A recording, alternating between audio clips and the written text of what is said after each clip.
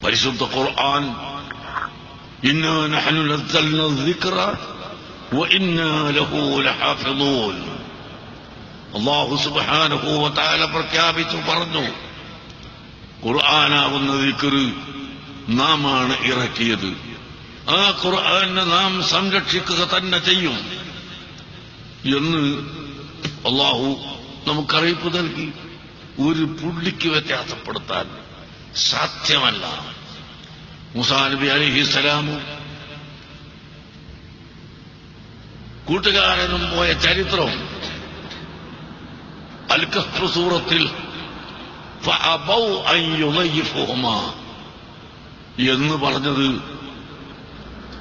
ഒരു പുള്ളി കൂട്ടിച്ചേർത്ത് രണ്ട് പുള്ളിയാക്കുകയും അത് മേൽഭാഗത്തിടുകയും ചെയ്യാൻ അവരാവശ്യപ്പെട്ടു. ഫഅതൗ എന്നാക്കാൻ ആവശ്യപ്പെട്ടു. സാധിക്കുകയില്ല, സാധിച്ചിട്ടില്ല. മക്ക മുശ്രിക്കുകളും അതിനുശേഷം വന്ന വലിയ സാഹിത്യകാരന്മാരും പരിശ്രമിച്ചു നോക്കി. ക്രിസ്ത്യൻ മിഷനറി 30 കൊല്ലമായി ഖുർആനിന് തുല്യമായി ഒരു ഗ്രന്ഥം ഉണ്ടാക്കാൻ ശ്രമിച്ചു തുടങ്ങി. കഴിഞ്ഞ 5-6 വർഷം മുമ്പ് അവർ അത് പൂർത്തിയായി എന്ന് പറഞ്ഞുകൊണ്ട് സൈറ്റിൽ ഇട്ടു. വെബ്സൈറ്റിൽ നിന്ന് നമുക്കത് എടുക്കാൻ കഴിയും. ഇത്രയും വഷളായ മറ്റൊരു സാധനം ലോകത്തില്ല. ബിസ്മില്ലാഹിർ റഹ്മാനിർ റഹീം എന്ന് ഖുർആനിലുള്ളതിന് പകരം ക്രിസ്ത്യൻ മിഷണറിമാരുടെ ഖുർആൻ എന്ന് പറയുന്നതിൽ ഉള്ളത് ബിസ്മിൽ അബിർ റഊഫിർ റഹീം, റഊഫും റഹീമുമായ ഫാദറിന്റെ നാമത്തിൽ എന്നാണ്. ഇവിടെ ഏതാണ് അവരുടെ വകയായി ഉണ്ടാക്കിയത്? ബിസ്മി, അത് ഖുർആനിൽ നിന്ന് കട്ടത്. റഊഫ് റഹീം എന്നത് ഖുർആനിൽ നിന്ന് കട്ടത്. പിന്നെ അവർ കൂട്ടിയത് ബിസ്മില്ലാഹ് എന്ന് അല്ലാഹുവിന്റെ ജലാലത്തിന്റെ ഇസ്മിന് പകരം ഫാദർ എന്നാക്കി മാറ്റി. ഏത് ഫാദർ? എന്ന് ജീവിച്ച ഫാദർ? മരിച്ചുപോയവനോ ജീവിച്ചിരിക്കുന്ന ആളോ ഇനി വരാതിരിക്കുന്ന ഫാദറോ? ഏത് ഫാദറാണ്? ഇവിടെ പറയുന്നുമില്ല. അല്ലാഹു സുബ്ഹാനഹു വ തആല മരിക്കുകയില്ല, മരിച്ചിട്ടുമില്ല, ജനിച്ചവനും അല്ല. എല്ലാ സൃഷ്ടികളോടും വ്യത്യാസപ്പെട്ടവനായ അല്ലാഹു അവന്റെ നാമത്തിൽ എന്ന ഈ ബിസ്മിയിൽ പോലും തുല്യതയുണ്ടാക്കാൻ 30 കൊല്ലത്തെ പരിശ്രമം കൊണ്ട് ഇവിടുത്തെ ക്രിസ്ത്യാനി മിഷണറികൾക്ക് സാധിച്ചിട്ടില്ല. ഞാൻ അന്ന് തന്നെ അവരെ വെല്ലുവിളിച്ചു. 6 കൊല്ലായി.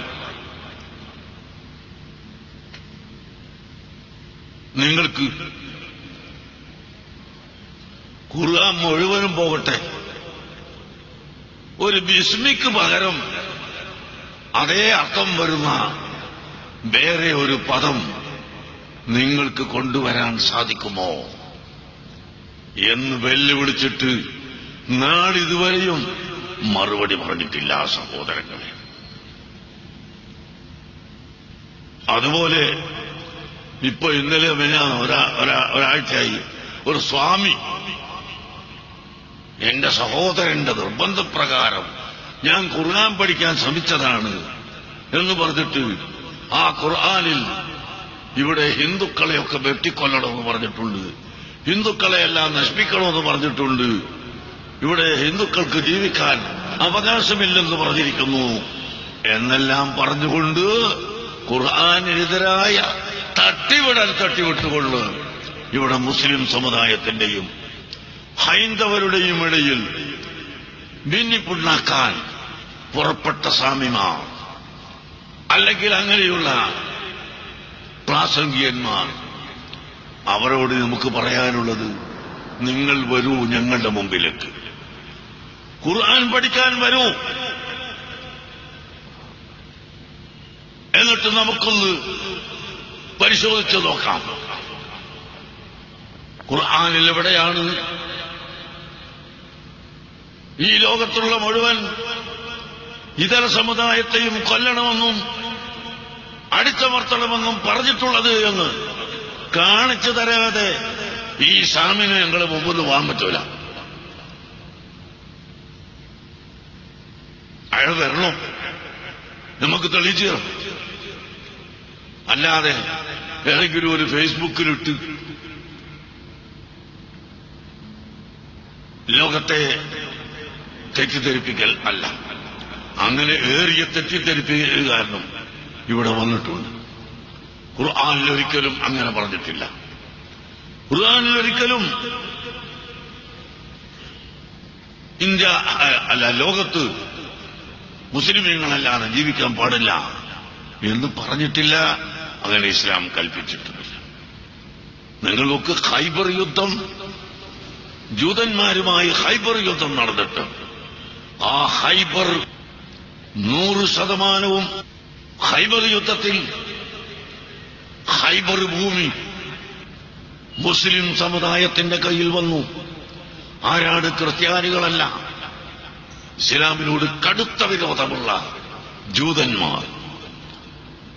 ജൂതന്മാര് വന്നിട്ട് നബി സല്ലല്ലാഹു അലൈഹി വസല്ലം തങ്ങളോട് പറഞ്ഞു, ഞങ്ങൾ ഈ തോട്ടത്തിൽ പണിയെടുത്തുകൊണ്ട് ഇവിടെ ജീവിക്കാം, ഖൈബർ തോട്ടത്തിൽ ഞങ്ങൾക്ക് അനുവാദം തരണം. അല്ലാഹുവിന്റെ റസൂൽ അവർക്ക് അനുവാദം കൊടുത്തില്ലേ? അങ്ങനെ എത്രയെത്ര സംഭവങ്ങളുണ്ട്. ഇൻഷാ അല്ലാഹ് അത് പറയേണ്ട സ്ഥലത്ത് നമുക്ക് പറയാം.